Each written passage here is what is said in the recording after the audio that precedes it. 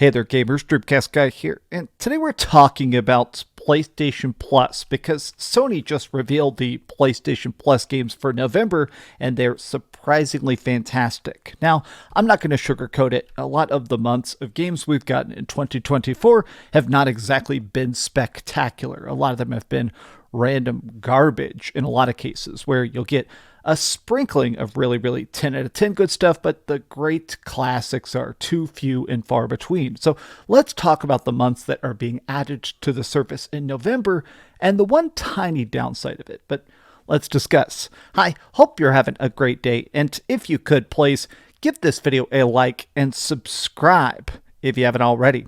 Now, we're going to go through this game by game because a lot of these are fantastic, but I have a theory about why this month is especially fantastic. Typically, October, November, and December of every year, Sony really digs into their pocketbooks to get the best licensing deals, put stuff onto PlayStation Plus, because face it, this is when a lot of people are buying a PlayStation 5 for the very first time. Yesterday, we talked about the fact that they're doing a temporary price drop for Black Friday. I think this is trying to incentivize people who just bought a PS5, or maybe they're starting to buy games for their PS5 again for the first time in a while, to sign up for PlayStation Plus. I mean, Grand Theft Auto 5 is a massive game. I like it a lot, but also I feel like it is a good vehicle of getting people to get in the habit of playing their PS5. But let me talk about the one downside of this. So every single month, obviously, they have the PlayStation Plus Extra, the bottom tiers, and also the premium stuff. These are the expensive, extra high, expensive tier of PlayStation Plus that if you get classic games.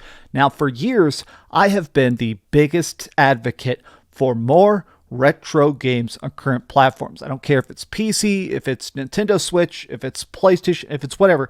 I just want more access to old school games so that I can actually support them, right? I want a way to buy the original Resident Evils, the original Final Fantasies. I'm glad that a lot of that stuff is finally coming back. So this PlayStation Plus premium service, I literally subscribed to it day one because I want to literally vote with my wallet and say, yeah, I want more retro stuff. So this selection, these four games are top tier. Legacy of Kain 1, Blood Omen 2, both of those are fantastic. Resistance Fall of Man, and Resistance Fall of Man 2, which now means all Resistance games are officially on the PlayStation again. The problem is, the original Resistance trilogy, now we're going to have Resistance 1, 2, and 3, but they're confirmed to be streaming only. Yep, on the UK account, they say streaming only and nothing else. And I did see some people before this was confirmed saying, heck yes, please have trophies, please be able to be downloaded or installed. They're not. Now, I want to quickly show you an example of why this is bad. So this is gameplay from the streaming version of freaking Resistance 3, which is currently streamable. It's a PlayStation 3 game. All PlayStation 3 games currently have to be streamed to your PlayStation 5. Now, I have gigabit internet. I have the fastest internet in the state of Texas. I play for top tier of that. This game runs that bad even with a direct wired connection. So let me compare it. This is the installable, downloadable PSP version called Resistance Retribution. Look how much better this looks. Now, this is roughly the power of a PlayStation 2 game. This PlayStation 2 game looks, runs, plays better than the freaking PlayStation 3 game being streamed. Now, the thing is, there have been some leaks and rumors that apparently PlayStation is actually investing a lot of time and research into making a full, proper PlayStation 3 emulator.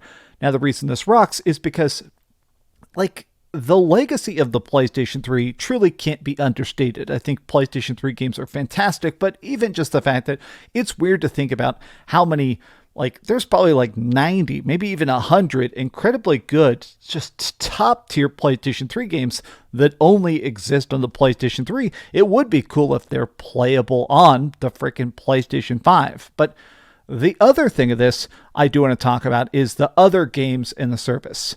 This month is so wild. Grand Theft Auto 5, obviously, I think this is still considered to be the biggest game of all time. It's made something like $10 billion. This is the most profitable piece of art ever, not just comparing it to any movie, any other game, any soundtrack, any book.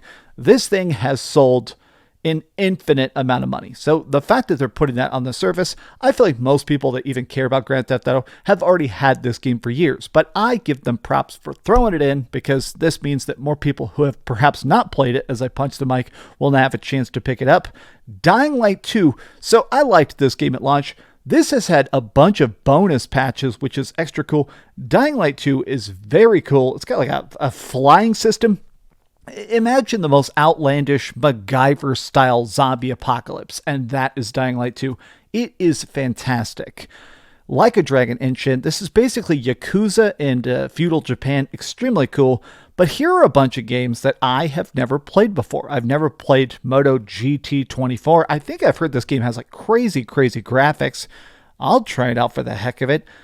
Sims 4, Digimon Survive. I've heard about this. It's a hybrid visual novel and tactical RPG. Now, I did remember some people saying they were disappointed when this came out because they didn't realize it was going to be a visual novel. You know, you're buying a game expecting it to have more gameplay, and a lot of it is kind of clicking pages and making choices, but I've always been curious about it. The fact that we now get it in the service for free, you know, you're about to pay for it, but that to me is great. I'm super excited to actually give that a shot. Maybe I'll bounce off it, but I mean, if it's in the service, why not? Overcooked, all you can eat. Oh my God. I already own that, but I'm obsessed. Gotta be one of the best party games ever. Stick Fight the game. Now, obviously, I'm a boomer. I grew up in the golden age of the internet, so I did actually play a lot of Stick Fight back in the day. I didn't even know there was a console Stick Fight game. Team up and fight against your friends. That's great. Clash, Artifacts of Chaos. These are a bunch of games I've never heard of. I have heard of Chivalry 2. This is a very strong month.